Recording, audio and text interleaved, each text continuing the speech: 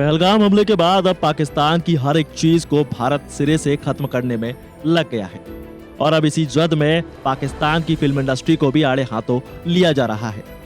अब हम ऐसा क्यों बोल रहे हैं, आइए आपको बताते हैं। भारत के बिना पाकिस्तान किस किस मोर्चे पर बदहाली का शिकार होता है, उसका एक नजीर वहां के मनोरंजन इंडस्ट्री का मौजूदा हाल भी है।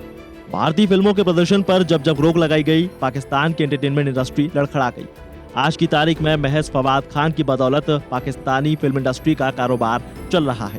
पहले कभी दिलीप कुमार, देवानंद, अमिताभ बच्चन, तो हाल के सालों में सलमान, आमिर और शाहरुख के अलावा संजय दत्त, रणवीर सिंह और रणबीर कपूर की फिल्में चोरी छिपे वहां देखी जाती है। पाकिस्तान ने अपने नजरिए के हिसाब से एक था टाइगर, राजी, हैदर जैसी कई फिल्मों का प्रदर्शन नहीं होने दिया, जिसमें सीमा पार आतंक को दिखाया गया था। लेकिन दिलवाले, संजू, बजरंगी भाईजान जैसी फिल्मों को दिखाकर खूब कारोबार पाकिस्तान ने किया। अब आपको जानकर हैरानी होगी कि भारतीय फिल्मों के प्रदर्शन से ही पाकिस्तान के थिएटर गुलजार होते रहे हैं। आम पाकिस्तानियों का खूब मनोरंजन भी हुआ। लेकिन 2019 में जब पाकिस्तान में भारतीय फिल्मों के प्रदर्शन पर फिर से बैन लगा दिया गया, तब वहां थिएटर से होने वाली कमाई की एक बार फिर से कमर टूट गई, जिसका जिम्मेदार खुद पाकिस्तान था, क्योंकि भारत की सर्जिकल स्ट्राइक की प्रतिक्रिया में पाकिस्तानी सरकार ने यह कदम उठाया था और इसका बड़ा इम्पैक्ट खाली थिएटरों में हुआ। सिनेमा हॉल बंद होते चले गए और हॉल बंद होने की वजह से यहाँ बिजनेस ठप हो गया और लाखों का कारोबार डूब गया। अब जब जब पाकिस्तान में फिल्मों पर प्रतिबंध लगाया गया तो थिएटर खाली रह गए।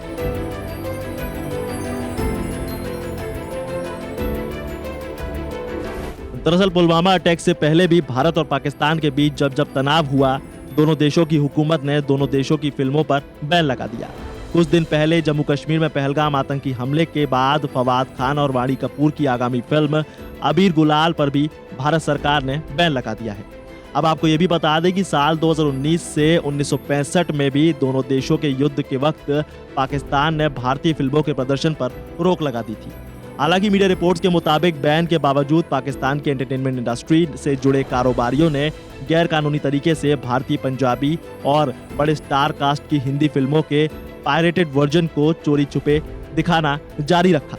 लेकिन ये गैर कानूनी सिलसिला लंबे वक्त तक नहीं चल सका और फिल्म प्रोडक्शन और डिस्ट्रीब्यूशन की तकनीक जैसे जैसे बदलती चली गई, पाकिस्तान में पायरेटेड फिल्मों के शोज कम होते चले गए और इसका असर वहां सिनेमा हॉल के बिजनेस पर पड़ा। और बस भारतीय फिल्मों के नहीं दिखाए जाने से धड़ाधड़ सिनेमा हॉल बंद होने लगे। और इसके तकरीबन 42 साल बाद यानी साल 2007 में जब तत्कालीन राष्ट्रपति परवेज मुशर्रफ ने भारतीय फिल्मों पर लगे बैन को हटाया, तब वहां थिएटर कारोबारियों के चेहरे पर एक मुस्कान दिखी। भारतीय फिल्में देखने के लिए पाकिस्तानी दर्शकों का हुजूम उमड़ पड़ा। और ये वो दौर था जब सलमान, आमिर, शाहरुख, अक्षय कुमार और गोविंदा जैसे बड़े स्टार की फिल्में वहां देखी जाने लगी और इनकी फिल्में ब्लॉकबस्टर होती थी। पाकिस्तान में इन भारतीय सितारों की फिल्में खूब देखी गई। सलमान, शाहरुख से पहले पुरुष कलाकारों में यानी मेल कास्ट में खासतौर पर राजेश खन्ना, अमिताभ बच्चन और मिथुन चक्रवर्ती की फिल्मों में खूब धूम मचाई। यहाँ तक कि हालात ये भी बताते हैं कि पाकिस्तान में दर्शकों की कमी के चलते कई मल्टीप्लेक्स प्रोजेक्ट्स भी बंद हो गए या फिर रद्द करना पड़े। इसकी वजह भारतीय फिल्मों पर लगे बैन और OTT फिल्मों का बढ़ता हुआ चलन भी है।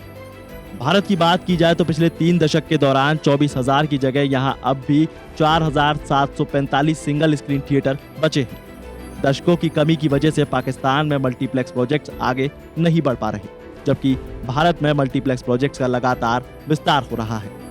और आज की तारीख में भारत में तकरीबन 3,000 मल्टीप्लेक्स स्क्रीन है। हाल के साल में पाकिस्तानी एक्टर फवाद खान की एकमात्र film the legend of Maula Jatt ने नए दौर की मॉडर्न पेशकश की वजह से बड़ा कारोबार किया है। ये फिल्म 400 करोड़ के कलेक्शन को भी पार कर चुकी है।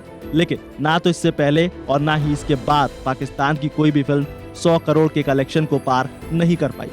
जबकि भारतीय फिल्मों की बात की जाए तो 100 करोड़ के क्लब में शामिल होने के लिए ये संख्या सैकड़ों में, वहीं 400 से 500 करोड़ कलेक्शन करने वाली फिल्मों की संख्या भी 50 है।